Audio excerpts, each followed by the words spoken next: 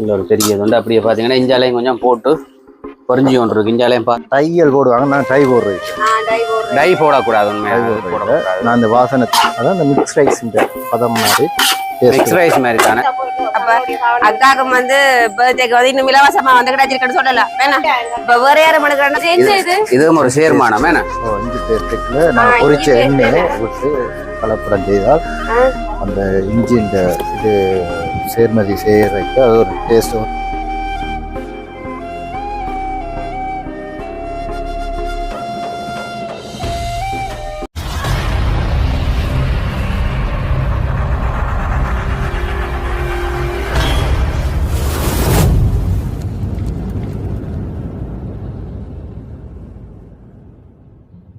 அனைவருக்கும் வணக்கம். நான் ரோசாயினி.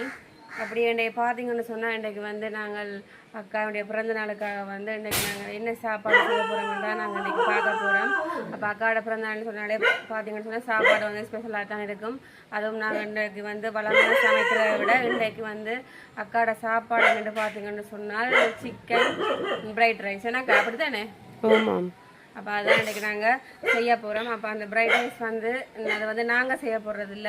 அப்போ அதுக்கான ஒரு ஆள் தான் வந்து அதை தான் ஒரு தலைமையிலே வந்து முழு இதையுமே வந்து சமையல் பொறுப்பை வந்து அவர் தான் செய்கிறார்.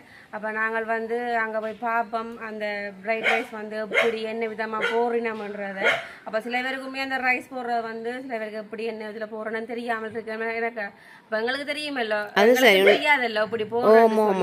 நாங்களும் பார்க்க வேணுமே நான் அப்படி போடணும்ன்றதை போடணும்ன்றதை நாங்களும் வந்து முதல்ல என்ன செய்யணும், அப்படி செய்யணும், அந்த நிறைய தூள்கள் மசாலா தூள் எல்லாம் இருக்குது, அதெல்லாம் என்ன அளவாக போடினோம் நிலைமைங்களுக்கு தெரியாது. அப்போ நாங்களும் வந்து இன்றைக்கு போய் பார்க்க போகிறோம் அப்படி செய்யணும்ன்ற. அப்போ அதையும் நாங்கள் வந்து இன்றைக்கு வந்து அது ஒரு காணொலியாக நாங்கள் இன்றைக்கு அக்கடை பிறந்த சாப்பாடை வந்து பதிவு செய்ய போகிறோம். ஏன்னா அப்போ நாங்களும் வந்து வீடியோக்குள்ளே போவோம். என்ன மாதிரி அந்த ஃப்ரைட் ரைஸ் வந்து எப்படி போடணும்ன்றதை நாங்கள் போய் வீடியோக்குள்ளே போய் பார்ப்போம். அப்படி எங்களோட வீடியோக்கு போகிறதுக்கு போது எங்களோட வீடியோவை பார்க்குறீங்க மறக்காமல் சப்ஸ்கிரைப் பண்ணிட்டு போகிறீங்க. ஓகே வாங்க நாங்கள் வந்து இப்போ போய் ஃப்ரைட் ரைஸ் எப்படி போடுறேன்றதை பார்ப்போம். சரி, அப்படியே பார்த்தீங்கன்னு சொன்னால் இன்றைக்கு நாங்கள் ஒரு நல்ல ஒரு செஃப்பாக பிடிச்சிருக்கோம். ஏன்னா குக்கிங்கும் இல்லை, அடுத்த செஃப் வேறு லெவலில் சமைக்க போகிறார். ரைஸ் ஒன்று போட போகிறார். இப்போ அதுக்கு தான் நாங்கள் இறைச்சியெல்லாம் வெட்டி இஞ்சால இதை இறைச்சியை பொறிக்கணும். வேணா ஏற்கனவே அவிச்சு வச்சிருக்கோம். அவிச்சது இல்லோ? அவிச்சு வச்சிருக்கோம். அப்போ நாங்கள் பாருங்க துண்டு தானே. இல்லை ஒரு பெரிய துண்டு. அப்படியே பார்த்தீங்கன்னா இஞ்சாலையும் கொஞ்சம் போட்டு பொறிஞ்சி கொண்டு இருக்கு. இஞ்சாலையும் பார்த்து நாங்கள் பொறிச்சு கொண்டிருக்கோம். பாருங்க வெளியில அடுப்பு மூட்டி நல்ல விரகம் வச்சு வெளியில அடுப்பு வச்சு பாருங்க இந்த அடுப்பு நல்லா எரியுது. அப்படியே கொஞ்சம் இறைச்சிஞ்சால் அப்படியே பொறிஞ்சி கொண்டு இருக்கு. சரி, அப்படியே பாத்தீங்கன்னு சொன்னா கரெக்டும் வந்து ஒரு சீக்கிரமா வந்து வேலைப்பாடா இருக்கு கரெக்டுக்கு. ஆனா இந்த தட்டுல சீவனல்ல நீளமா நீளமா வருதோ வடிவா இருக்கு. மச்ச கரெக்ட் தட்டுன்னு சொன்னா அந்த சின்ன சின்ன கொஞ்சம் ஒரு குட்டி குட்டியா வரும். அது சம்பளுக்குரியது. இது வந்து நாங்க ரைஸுக்கு என்ன ரைஸ் போடுறதுக்காக தான் இந்த சீவு கரெக்ட் வந்து இப்படி சீவுப்படுது. நீள நீளமா வருது. சேவிஸ் தானே. அதுதான் என்ன சர்வீஸ் ஆனால் தானே இப்படி சீவல பாத்தீங்களா? என்னக்கெல்லாம் சொத்தியா சம்பளம் ஒரு அளவான இதெல்லாம் பொறிக்கணும். ஒரு பதமா பொறிச்சு எடுத்தா தான் அது டேஸ்ட் ஏற்ற மாதிரி இருக்கும். டேஸ்டா இருக்கும். அதோட எல்லாரும் கடிக்கக்கூடிய மாதிரியும் இருக்கணும். அதான் அவிச்சு பொறிச்சா தான் பதம் சரியான அவிச்சு பொறிக்கிறது. அவிச்சு பொறிச்சா தான் அந்த பதத்துக்கு டேஸ்ட்டை காட்டும். ஆனா சில பேர் அவிக்காமலுக்கு பொறிக்கிறது இல்ல. அவிக்காம பொறிச்சா இறைச்சி சுருங்கி போகும். சுருங்கிடும். இறைச்சின்ற தன்மையும் ரப்பா இருக்கும். அவிக்கும் போது சில மூலிகைகள் போட்டு டேஸ்ட்டை அவிக்கக்குள்ள மூலிகையும் போட்டீங்களா? மூலிகைகள் போட்டு அவிச்சா தான் அது டேஸ்ட் அந்த உப்பு இதெல்லாம் சேரும். சேரும். அப்ப ஃபுல்லா இதெல்லாம் நாங்க எல்லாத்தையுமே இப்ப பொறிக்கணும். ஃபுல்லா எல்லாத்தையும் பொறிச்சு எடுத்தா தான் அது இதை எடுத்து நாங்கள் அதுக்கப்புறம் ரைஸோட சேர்க்க வச்சு வேண்டோம். அப்ப நீங்க எப்படி ரைஸ் போடுறே நாங்களுக்கு காட்டி தரணுமா? நிச்சயமா. இப்ப நீங்க போடுற அதை பார்த்தா தான் நாங்களும் அடுத்த இதுகளுக்கு எங்களோட பிறந்த நாளுக்கு நாங்க போடக்கூடிய மாதிரி இருக்கு. அட்லீஸ்ட் இப்போ நார்மலா வீட்டுல இருந்தாலும் போட்டு சமைச்சு சாப்பிடக்கூடிய மாதிரி இருக்கும். அதுக்கு என்ன எதையும் காட்டி கொடுக்குறதுல தப்பு இல்லை, அதுதானே கற்றுக்கொள்ளணும் எல்லாரும். இப்போ இது நல்லா பொறிஞ்சு கொண்டு வருது போல. அந்த ஒரு பொன் ஒரு அளவான பொன் கலருக்கு வருது என்ன. ஒரு பர்த்டே பெரிய ஒரு சமையல்லாம் பொறிஞ்சு கொண்டு வருது. ராயனையை கொடுங்க, ராயனை கொஞ்சம் கலைச்சி போயிட்டு. அதுதான் இருக்குது.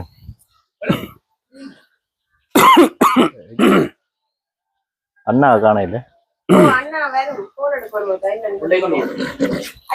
சோடா குடிங்க, வெக்கப்படாம எவ்வளவு சோடா இருக்கு.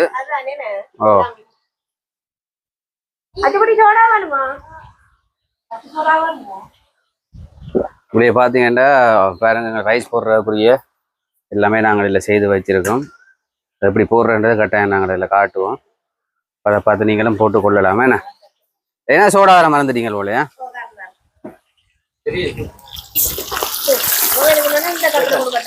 இல்ல அவ்வளவு வேணாம், மேன் கூட இல்ல அவ்வளவு ஊத்தாங்க கூட கலவாத்தாங்க. இப்ப நான் இல்ல சீனி எல்லாம் குறைச்சாச்சு. சீயா சரி காணும். ரொசானிய காண இல்லைங்க.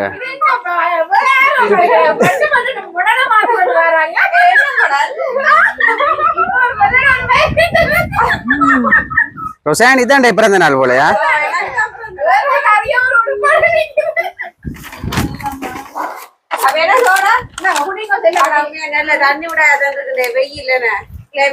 அது எனக்கல்ல ஊத்துனது.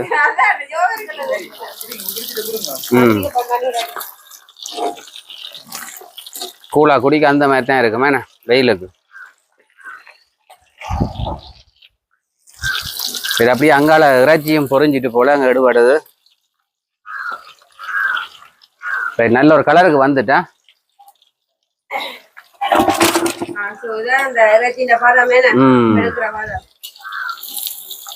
கரண்டி கொஞ்சம் சின்ன நான் போயிட்டு போலையா.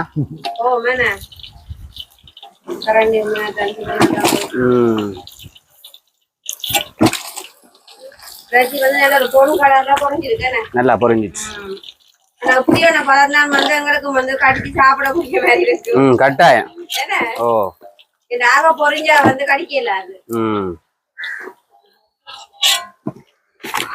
சரி இதை எடுத்தாச்சு. இந்த வாசனை திரவியம் சேர்த்தாத்தான் இப்படி வரும். என்னண்டு வாசனை திரவியங்கள் சேர்த்தாத்தான் இப்படியான கலர். சில பேர் டையல் போடுவாங்க, நான் டை போடுறேன். டை போடக்கூடாது உண்மையா. நான் இந்த வாசனை திரவியங்கள் போட்டாதான் அந்த இப்படியான கலர் வரும். சுவை ஒட்டிகள் சேர்க்கிறதா என்ன.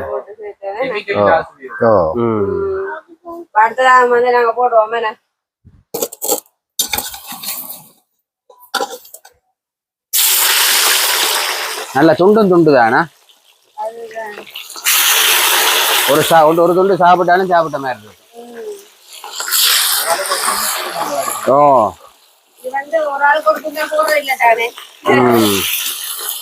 ஒன்றண்டாலும் எடுக்கலாம், ரெண்டாலும் எடுக்கலாம். நான் உண்டே காணும் திருப்தியா. ரைஸோ அட ஓ மேன.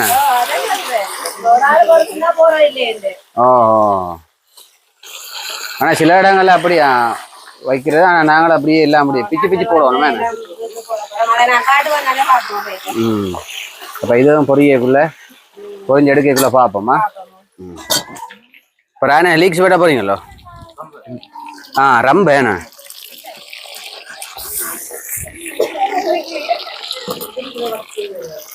கத்தி சரியான கூறு போல. இதே கணக்குல வெட்டணும் என்ன.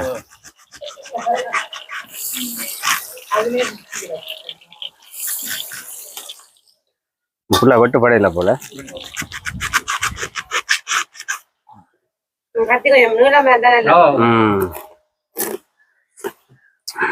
அப்படியே பாத்தீங்கன்னா இதுவும் ஒரு சேர்மானம் என்ன. இஞ்சி பேஸ்டுக்குள்ள நான் பொரிச்ச எண்ணெயை விட்டு கலப்படம் செய்தால் அந்த இஞ்சின் இது சேர்மதி செய்யறதுக்கு அது ஒரு டேஸ்ட், ஒரு சுவை கொண்டு வரும். ஒரு வித்தியாசமான சுவை கொண்டு வரக்காண்டி நீங்க அதுல எண்ணெய் கலக்குறீங்க. பொரிச்ச எண்ணெயை சேர்க்கிறேன். இதுல பாத்தீங்கன்னு சொன்னா இதுல வந்து பொரிச்ச எண்ணெய் வந்து மிக்ஸ் பண்ணப்படுது. அதாவது அந்த இஞ்சி உள்ளி எல்லாம் கரைச்சி வச்சிருக்கு. அதுக்குள்ள வந்து பொரிச்ச எண்ணெய் வந்து அதில் ஊற்றி மிக்ஸ் பண்ணி நம்ம அதாவது ஒரு டேஸ்ட்டை வந்து கூடுதலாக கொடுக்கும்னு சொல்லி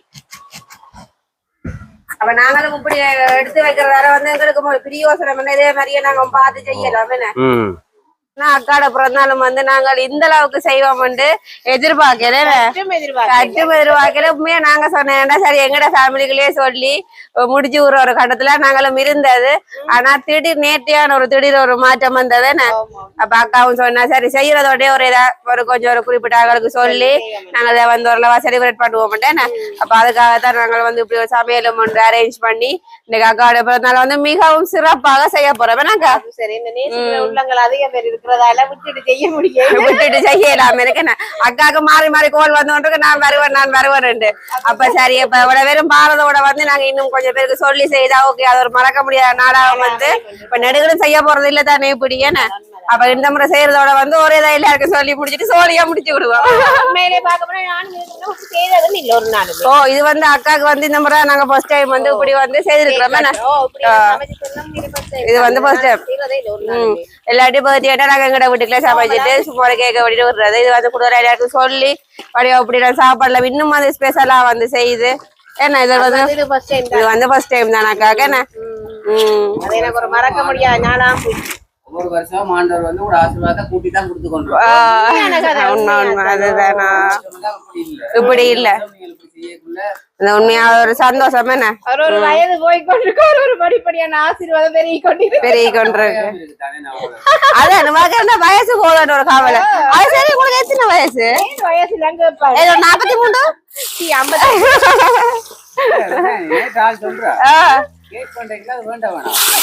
வயசு நான் அதான் முன்னுக்கு போய் எடுப்பேன். அது கேக் வேணா கட்டாயம் வயசு வைக்கணும் இல்ல வைக்கணும் இல்ல நாங்கள் ஃபேஷனா வச்சு காட்டுவோம் உண்டாக்கி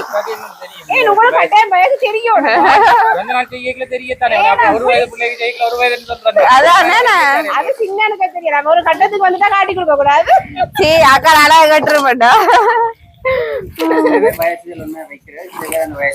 வைக்க விரும்புறேன் உண்மையா தானோ விருப்பம் இல்லாதபடியா கட்டாயம் நாங்கள்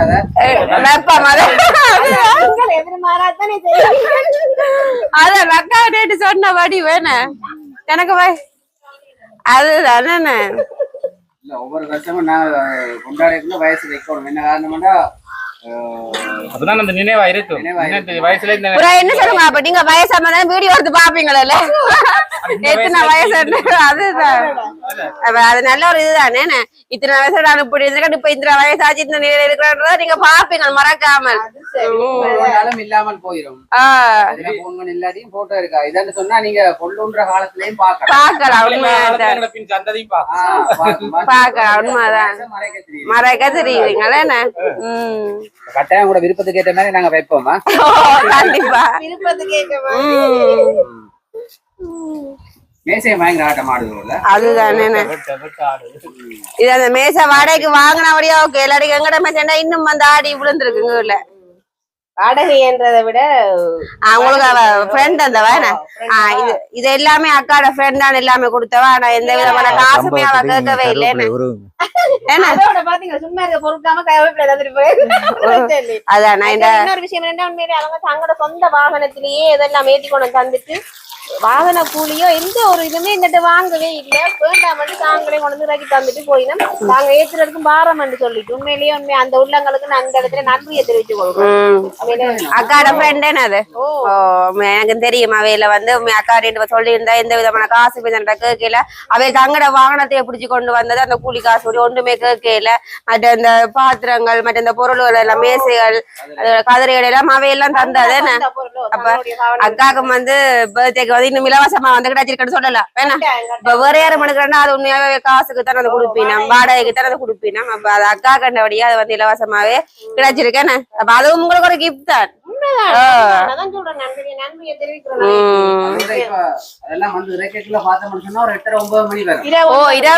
ஆயிட்டு இறக்கிட்டு போயிட்டு உங்களுக்கு என்னோட காசை பண்றப்ப என்ன சொன்னாரா தாங்கள் அதை ஏத்துறதுக்கும் தாங்களே தங்களோட வாகனத்தை கொண்டு போய் ஏத்தி கொண்டு போறோம். வந்து ஏத்துறதுக்கு தாங்களே ஏத்தி கொண்டு போறோம். காசு கதையும் கதைக்க கூடாதுன்னு சொல்லிருக்கீங்க. உண்மையிலேயே ஒரு நல்ல உள்ளங்களே. இந்த காலத்துல யாரெண்டாலும் முளைக்கிறதுக்கு காசுல தான் மெயின் அனுப்பாங்க. ஆனா உண்மையில அவங்க நல்ல ஒரு மனசா இருக்காங்க. உள்ளவங்க இருக்கிறதாலதான் பூமி இன்றைக்கு நல்லா சுதந்திரம் இருக்கு.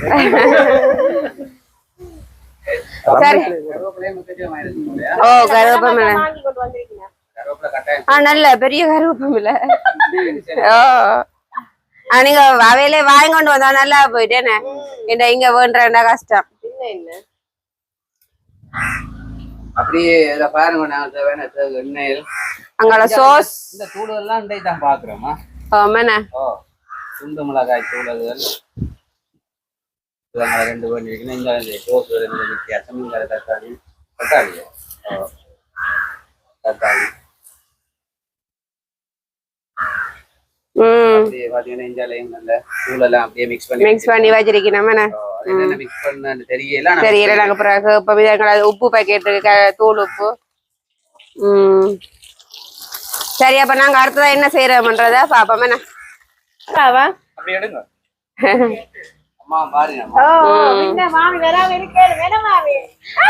மாமி வர லேட் ஆகும்.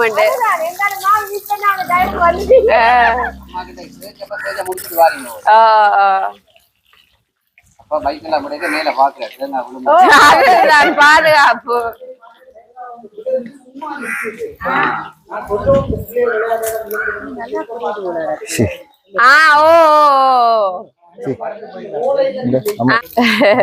போடக்கூடாது இருக்கிறது. என்ன செய்றீர்கள் அண்ணி? நீங்க வேலை செய்ய வேண்டாம் வேலை தந்து கொண்டுதான் இருக்கிறீங்களே. அப்ப என்ன பொரிச்ச இறைச்சி எல்லாத்தையும் பிச்சு எடுக்கிறீங்களோ? ஆமா, அப்படியே சின்ன சின்னதா பிச்சு எடுக்கணுமே. ஆனா சுடையிலையா அண்ணி? உங்களுக்கு சுடையிலையா? சுடுது எனக்கு.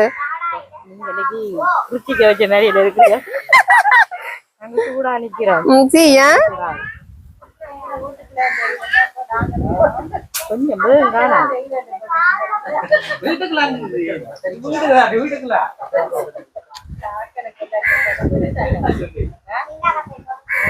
எல்லாத்தையுமே அப்படியே பிக்கணும். அந்த சின்ன சின்ன இதா அப்படியே எடுக்கணும். எடுத்தா தான் ரைஸ் சரியா வரும். தனிச்சதையா எடுக்கணும்.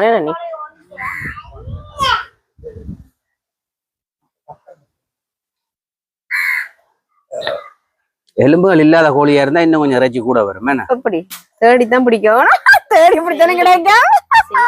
நீங்கள் எலும்பு இல்லாம இருக்கிறீங்களோ? எக்கச்சக்கமா எலும்புகள் கிடையாது.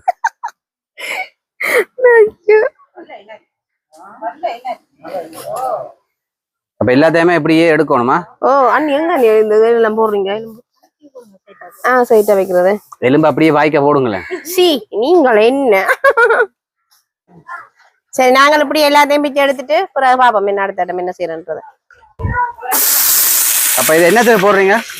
நான் அரிசி சோறு போடுறதுக்கு சோறு போடுறது போட்டு போட்டா வாசமா பதமாயிராட்சி எடுக்கிறது.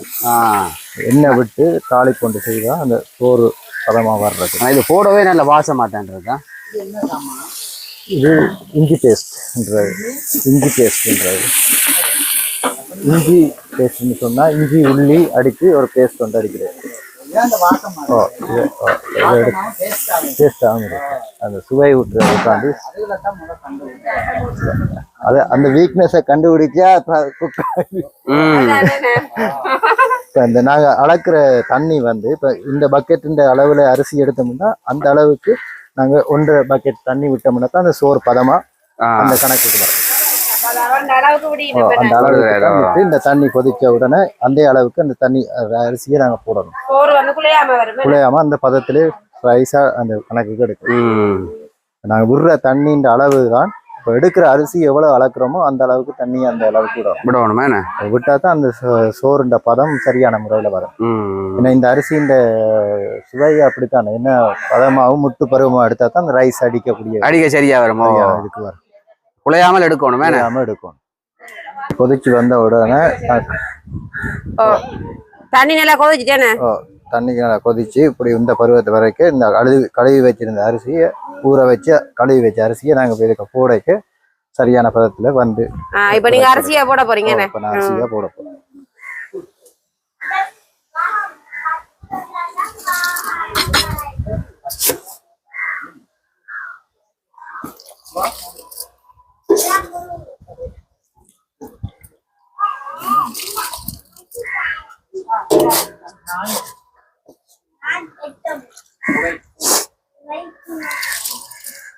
சுடுதண்ணி நல்லா கொதிச்சுட்டு என்ன தண்ணி தண்ணி நல்லா கொதிச்ச பிறகுதான் போடணும். அப்பதான் அந்த ஒரு பதத்துக்கு எடுக்கலாமே. கொதிச்ச பிறகு போட்டா தான் சோறும் டப்பண்டு கொதி அரிசியும் டப்பண்டு ஒரு கொதியில இறக்கலாம். அந்த பதமான பதத்துக்கு வந்துடும். அதானே. அது மட்டும் இல்ல போட்ட உடனே கிண்டணும். இடத்துல அடைஞ்சிடும்.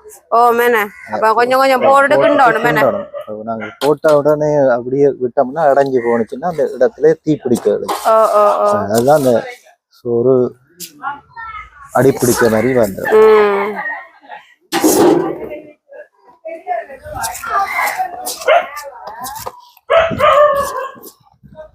சில பேர் இது தெரியாததுனாலதான் அந்த சோறு கீழே அடிப்பிடிக்க வர்றது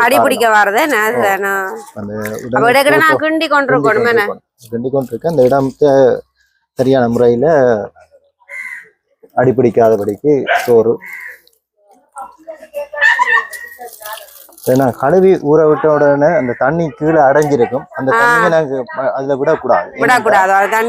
அளவுக்கு விட்ட பிறகு இதுல இருக்க தண்ணியை நாங்க சில பேர் அப்படியே கவிட்டு கொட்டிடுவாங்க. உடனே அந்த இதுல இருந்த தண்ணியும் போனோட மேலதிகமாக தண்ணி இருக்கிற தண்ணியா ஊத்திடணும். நாங்க வடிச்சு சரியான முறையில அந்த தண்ணியை எடுத்து விட்டாதான் அந்த அளவு சரியான இதுல இருக்கும். பாருங்க இவ்வளவு தண்ணி மேலதிகமா இருக்கு. அளவுக்கு விட்டதை விட மேலதிகமா இருக்கு. இப்ப நாங்க இந்த கூடத்தை இந்த பதத்துக்கு நாங்கள் எடுக்க ஒரு கொதி திரும்ப எடுத்த உடனே அடுப்பை நாங்கள் களைச்சி சரியான முறையில இப்படியே இந்த பதத்துல எரிஞ்சு கொண்டிருக்க இது தண்ணி உமிழ் வந்து சரியான நிறையில வந்த உடனே அடுப்பை களைச்சி விட்டுருவோம். களைச்சி விட்டோம்னா அந்த பதமான இடத்துக்கு சோறு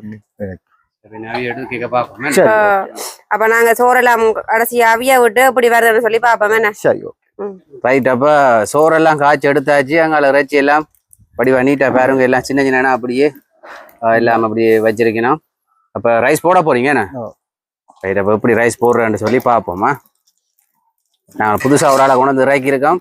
பழமையா பிறந்த நாளுக்கு நாங்கள் நல்லா சமைக்கிறோம். அப்போ இந்த முறை கொஞ்சம் வித்தியாசமா இருக்கட்டும்னு சொல்லி ஒரு குக்கொண்டை நாங்கள் இறக்கி இருக்கோம். ஏன்னா குக்குமெண்டு சொல்ல இல்லாத ஒரு செஃப்ன்னு சொல்லலாமா. ரைஸ் அடியே பார்ப்போமா. அப்போ இதெல்லாம் போட்டீங்க போல எண்ணெயெல்லாம் ஊற்றிட்டீங்களா? எண்ணெய் போட்டு வெங்காயம் போட்டு கருவேப்பிள்ளை ரொம்ப சரி. தங்களை கருவேப்பிள்ளை ரொம்ப தாளிப்பு செய்து கொண்டிருக்கோம்.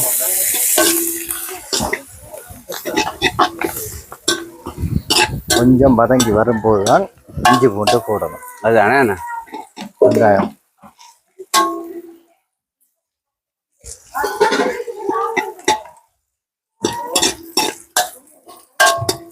கொஞ்சம் தாளிக்கப்பட போதுதான் நாங்கள் இஞ்சி பூண்டு போடணும். போட்டா போடும்போது அதில் ஒரு தண்ணி வரும். படிவா பேர் அடிக்கடி ரைஸ்கள் போட வேண்டி வரும். இந்த இது போட்டோன்னா ஒரு வாசம் மட்டும் வருது பாருங்க. இந்த இது போட்டோன்னா நாங்கள் இதுக்கேற்ற மாதிரி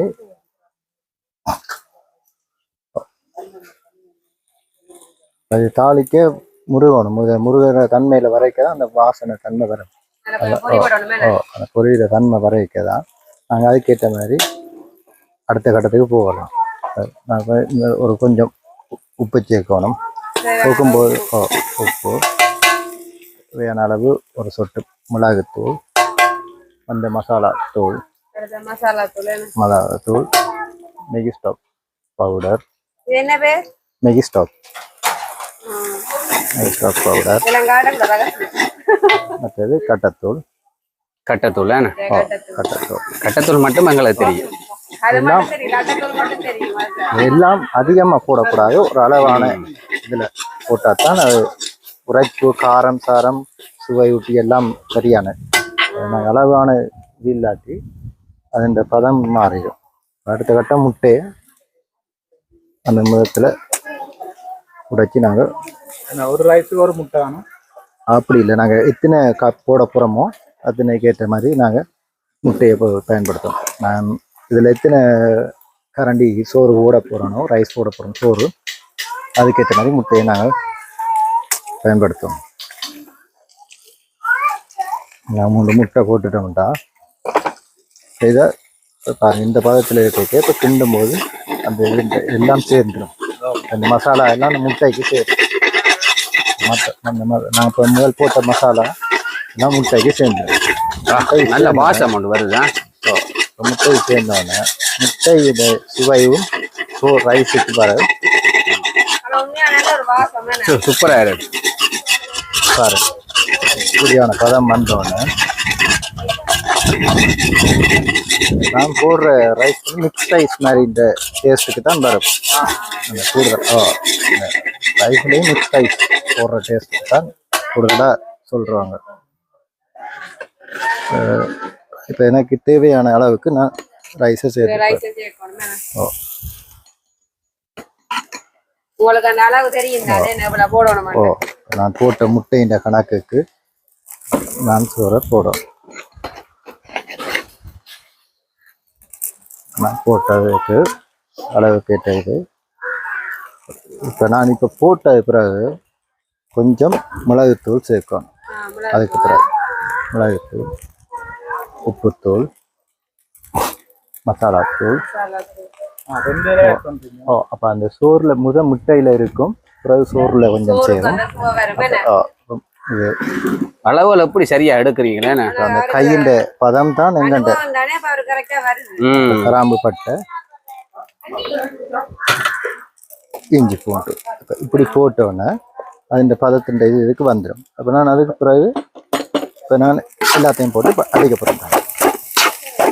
அடிச்சோட இந்த வாசம் பருவம் அங்கே வரும், சோறுக்கும் வரும், முட்டைக்கு வந்த மாதிரி இப்போ ரைஸுக்கு வரும். நான் அடித்து கொண்டு கேட்க இந்த எங்கிட்ட மேசை தான் கொஞ்சம் கலப்பில்லாம இருக்கு. அதுக்கு பலக மேசை தான். பலக மேசை தான் சரி இந்த அடிக்கு கூட. இப்போ நான் இந்த கட்டத்தில் இருக்க சோயா சோஸ் இருக்கு. சோயா சோஸ் போட்டு என்னுடைய இதுக்கு பதத்தை பார்க்கணும். நான் வரும்போது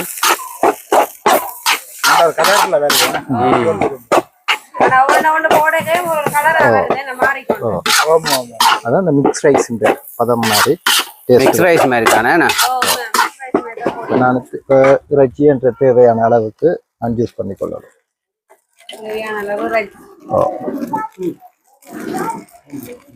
எங்களுடைய தேவையான அளவுக்கு போடுறோம்னு சொன்னா அளவுகள் விளங்கினபடியா நீங்க அதுக்கேற்ற மாதிரி எடுக்கிறீங்க.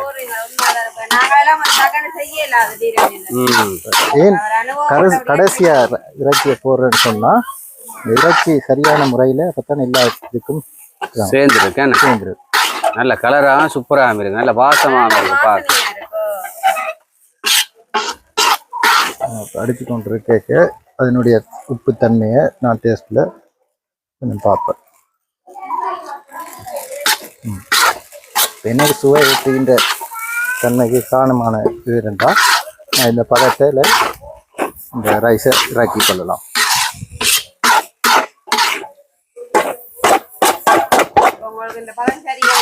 இப்போ இந்த இதெல்லாம் சரியா நான் போட்ட அளவு எல்லாம் சரியாக இருக்கு. இறக்கி இதில் இருந்து சகலவும் பாருங்க அந்த கலருக்கு வந்துட்டு.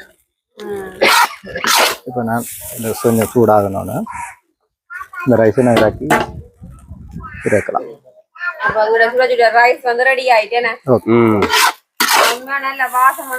பதமா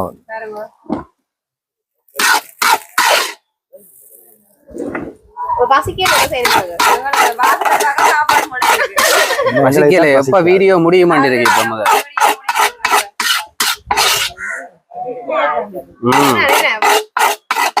சாப்பாட்டை பார்க்க கூட பசி வருது. உங்களுக்கு தேவையான அளவுக்கு நாங்கள் இப்படித்தான் எல்லா ரைஸுமே நாங்கள் எங்க தேவைக்கு ஏற்ற மாதிரி போட போறோம் என்ன? ஓ சுட சுட வாராக்களுக்கு நாங்க போட்டு உடனுடனே போட்டு கொடுக்கும்போது சாப்பாடு சாப்பாடு போய்க்கலாம்.